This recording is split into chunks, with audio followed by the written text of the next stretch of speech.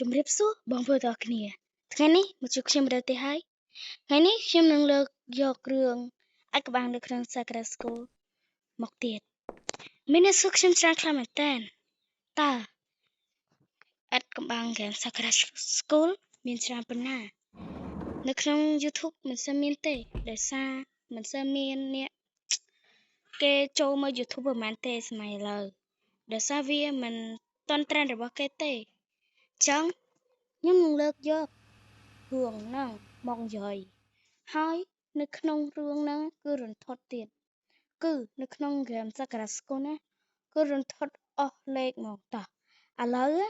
មុននឹងចូលសាច់រឿងបងប្អូនកុំភ្លេចជួយឲ្យមេដាយជួយ Subscribe និង Comment ខាងក្រោម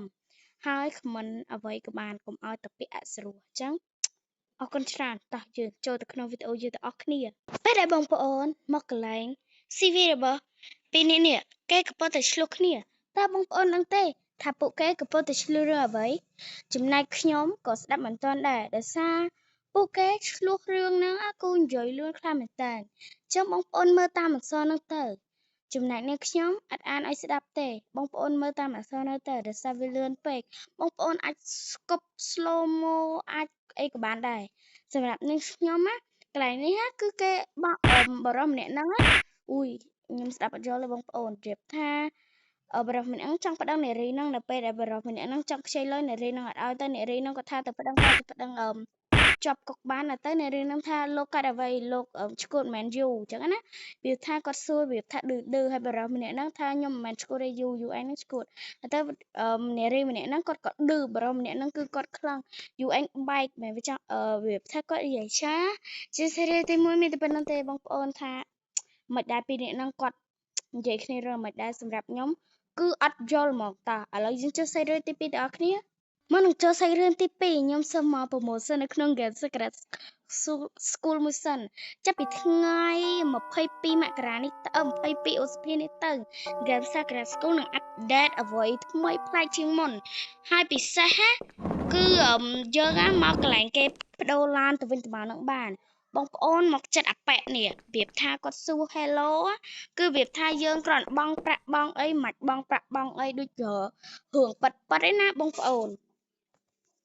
ឧទាហរណ៍យើងយកឡានយើងដែលកញ្ចាស់ខូចឆេះអីហ្នឹងយើងទុកចម្ងាយពី200ម៉ែត្រទៅ300ម៉ែត្រក៏យើងអាចដូរយកឡានដ៏ថ្មីស្រឡះបានដែរដូចជាឡាន Bugatti ឡាន Sunflower ឡាន Bugatti ពណ៌ទឹកប៊ិចពណ៌ខ្មៅឡាន Blue ឡាន Bugatti ក្រហមវាតែឡានស្តៀងឡាន Blue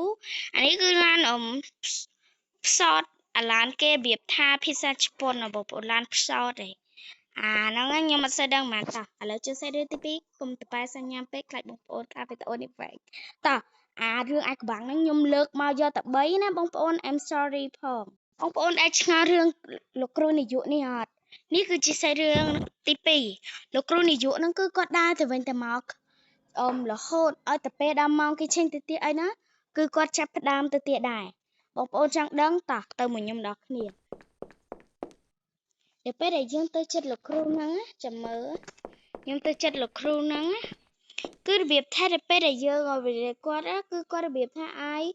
saw you my អីគេហ្នឹងបងប្អូនគឺរបៀបថាចង់សុំស្រឡាញ់យើងវាថាទៅហើយដែលយើងយករបស់ដាក់មុនស្នេហ៍ហ្នឹងគឺគាត់ហ្នឹងហើយអញ្ចឹងលោកគ្រូនាយកហ្នឹងគឺគាត់លាក់អាត់កំបាំងពីប្រពន្ធគាត់ជ្រាលជ្រៅខ្លាំងមែនតើប្រពន្ធគាត់គឺជានាយករង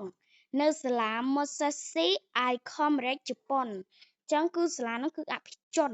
គឺនេះគឺជាសាលាអភិជនលំដាប់លេខ2ដែលខ្ញុំកំពុងតែឈរនៅទឹកដីនេះសម្រាប់ប្រពន្ធគាត់គឺរៀននៅសាលាអភិជនលេខ1លំដាប់លេខ1ហ្មងអញ្ចឹងគឺខ្ញុំមិនដឹងសាច់រឿងប្តីប្រពន្ធគាត់នឹងត្រូវឆ្លោះចំនួនអីទេដើម្បីឲ្យប្តីគាត់ទៅរកសហាយស្មន់អញ្ចឹងណាអញ្ចឹងខ្ញុំអត់សូវដឹងហ្មងដែរតោះឥឡូវយើងចូលសាច់រឿងទី3ទៅ Let's go មានចាប់អារម្មណ៍អត់បងប្អូននៅពេលដែលយើងចូលទៅរោងការគេនេះគឺនេះគឺជាគូរីគឺជាសិស្សស្រីដែលរៀនជាមួយខ្ញុំ You why I វាផ្សេងគេសួរយើងបើយើងហ៊ានទៅវាយយូរីហ្នឹងគឺខាងជាប្តីហ្នឹងដឹងវាយយើងអ្នកខ្លះនេះគេថា ôi ắt xăm kia sọ ôi nè khla cái chun po nè khla cái chè nè khla tha ô cô sco nè ắt xăm kia sọ việc tha cái trăng tha kia chẳng á chẳng cái trăng bù lì à ní cứ chỉ phía xa chân mong nè ri nó cứ có chân mong anh ấy cứ việc tha nó á việc tha cái phẹp tha mặt ơi mà cho rú mà cô pon pi nè nó á cứ អត់សមគ្នាទេចឹងណាបងប្អូនវាថាគេការតកេសោះមកទៅគេដែរបើចង់បានប្តីការខ្លួនឯងមែនអត់អ្នកទស្សនាអរគុណច្រើនសម្រាប់ការទស្សនាកុំភ្លេចឲ្យមេដាយនិង Subscribe ខ្ញុំម្នាក់ផងហើយកុំភ្លេច Comment ម្នាក់មួយផងណាបងប្អូនបើចង់ឲ្យខ្ញុំធ្វើវីដេអូអីទៀតកុំភ្លេច Comment ខាងក្រោម